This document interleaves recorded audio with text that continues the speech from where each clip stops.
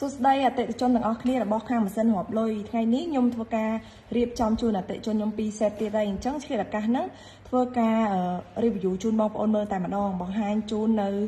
មុខងារម៉ាស៊ីនរាប់លុយខាងយើងជាមួយនឹង model 2ហ្នឹងថាតើខុសគ្នាបែបណាពីព្រោះអតិថិជនជាច្រើនតែគាត់តែងតែសួរថា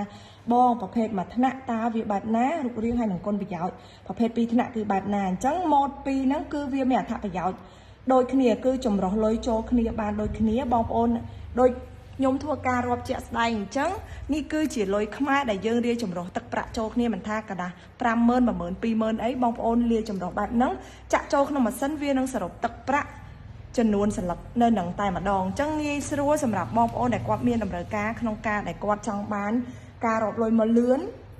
ច្បាស់លាស់ត្រឹមត្រូវចាចំណេញពេលវេលាសុវត្ថិភាពផងដែរហើយមានមុខងារចាប់លុយខ្លាំងៗបានយ៉ាងពិសេសផងដែរចាអញ្ចឹងមិញខ្ញុំធ្វើការរាប់លុយទាំងពីរចូលគ្នាមិនថាលុយខ្មែរនិងលុយដុល្លារបងប្អូនឥឡូវនេះគឺជាលុយដុល្លារផងដែរក៏ចម្រុះដូចគ្នាដែរហើយបើសិនជាបងប្អូនមានតម្រូវការក្នុងការចង់ print ជាមួយនឹង receipt វិក័យប័ត្រ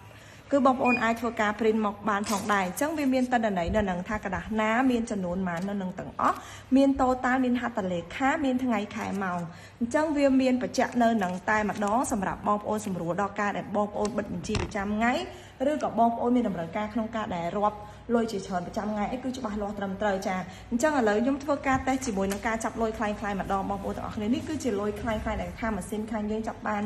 មកណាចាអញ្ចឹងនេះគឺជាការរាប់លុយខ្ញុំឧទាហរណ៍ថាខ្ញុំដាក់លុយខ្លាំងៗចូលនៅក្នុងដុំលុយខ្មែរប៉ិតអញ្ចឹងខ្ញុំដាក់ចូលទៅក្នុងម៉ាស៊ីនចា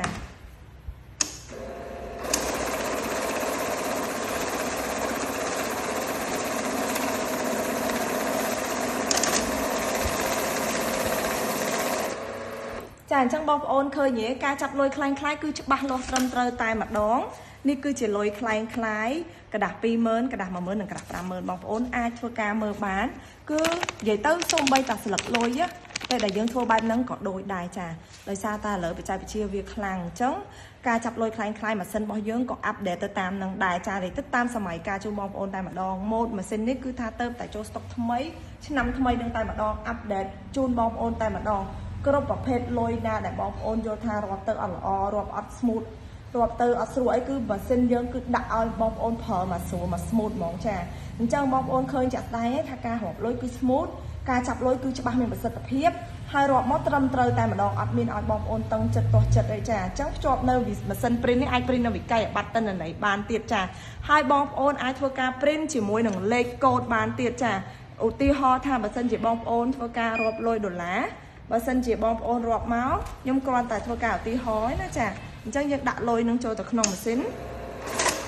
ចាអញ្ចឹងពេលដែលឧទាហរណ៍ថាយើងដាក់មក